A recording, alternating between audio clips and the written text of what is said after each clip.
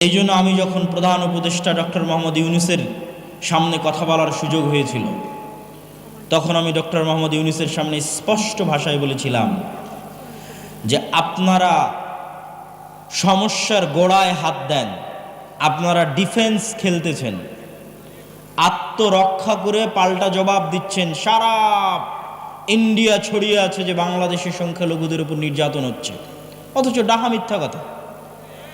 কিন্তু আপনি পাল্টা বারবার বলতে আছেন, না আমার এখানে নির্যাতন হয় না, আমার এখানে তারা এত ভালো আছে, এত সুখে আছে, অমুক আছে তুমুক আছে।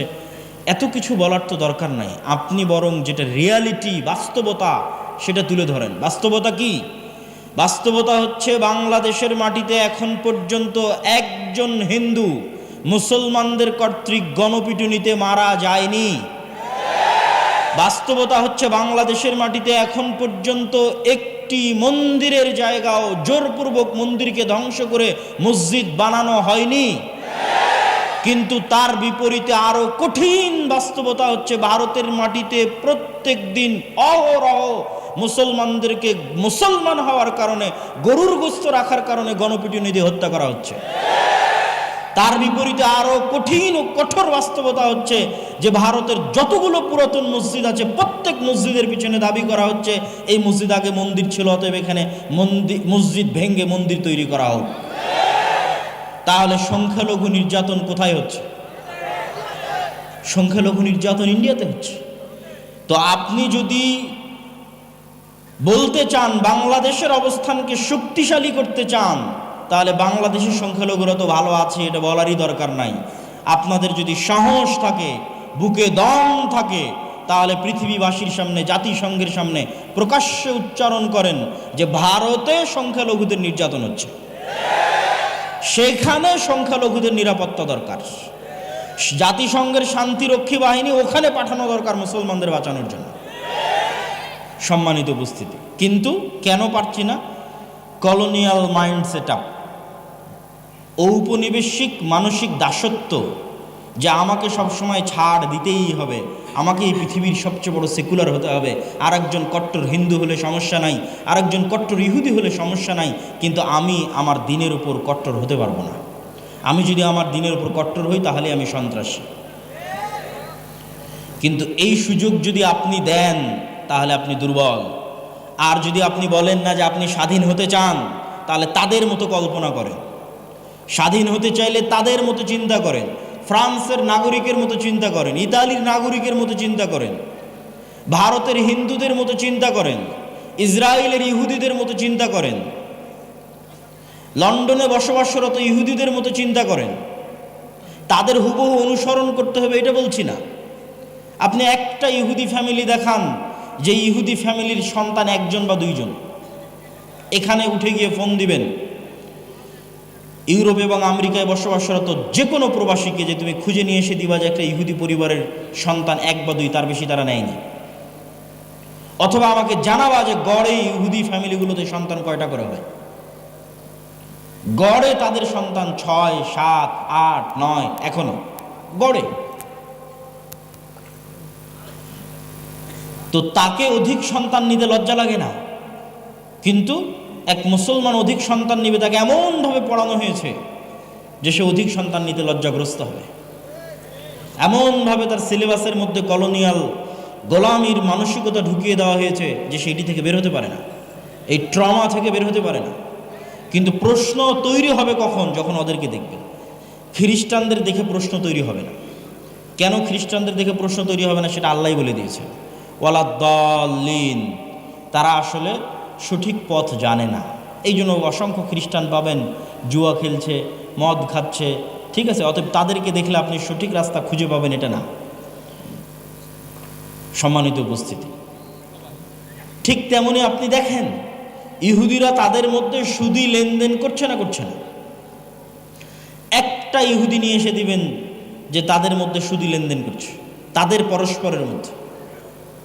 হ্যাঁ, সারা পৃথিবীতে যেন সুদি লেনদেন হয়, এটার জন্য তারাই পেট্রোনাইজ করে, তারাই দাঁড় করিয়ে রেখেছে সুদি অর্থনীতি, কিন্তু তাদের মধ্যে কখনো সুদি লেনদেন করবে না।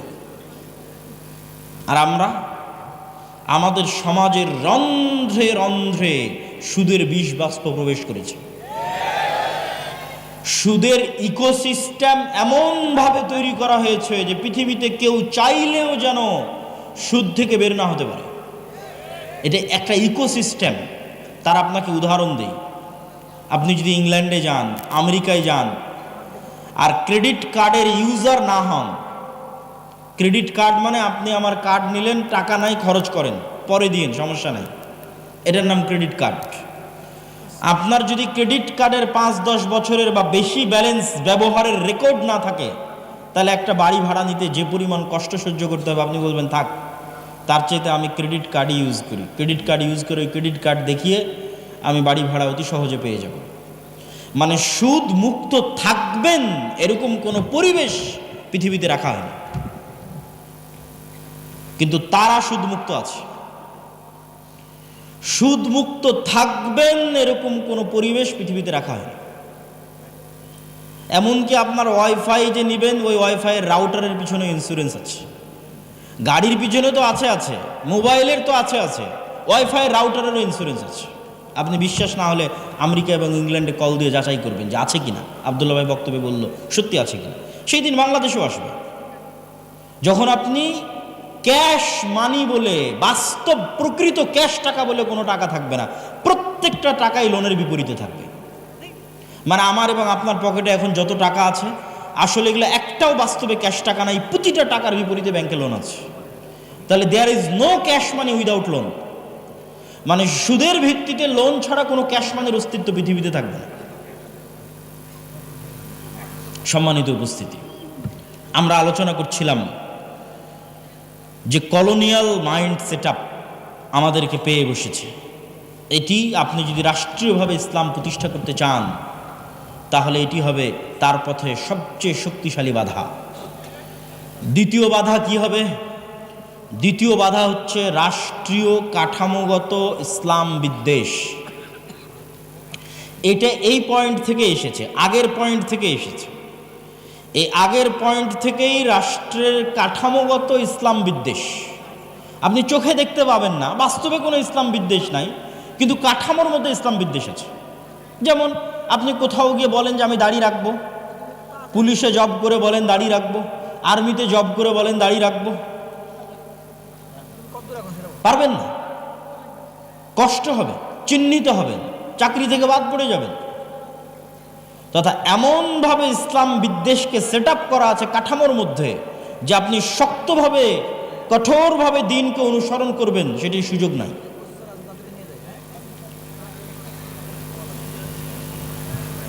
এবং সেটি যে সেই মানসিকতা থেকে এসেছে তার প্রমাণ হচ্ছে আমাদের দেশে যত আইন কানুন আছে, প্রত্যেকটা আইন কানুনের মূল ভিত্তি হচ্ছে ব্রিটিশ ল।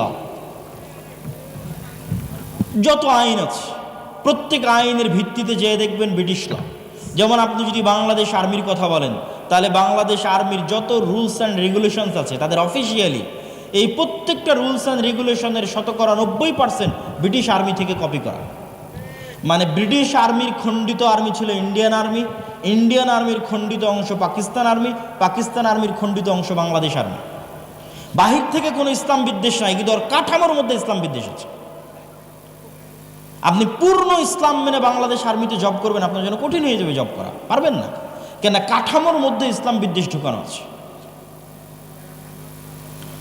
আর এটির জন্য আগের পয়েন্টই দায়ী, তথা ওই যে কলোনিয়াল গোলামি থেকে আমরা বাস্তবে শারীরিকভাবে তারা অনুপস্থিত, কিন্তু মানসিকভাবে আইন কানুনের নিয়মে প্রত্যেকটা জায়গায় তাদের গোলামির ছাপ স্পষ্ট। 3 নম্বর পয়েন্ট,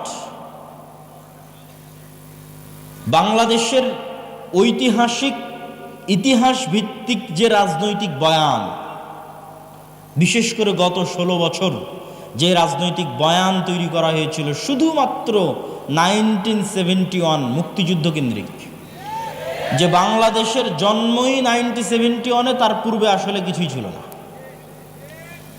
এই ইতিহাস আমি বহু বক্তব্যে তুলে ধরেছি যে আমরা বাংলার মুসলমানেরা শুধুমাত্র এই 50 বছরের জাতি নই,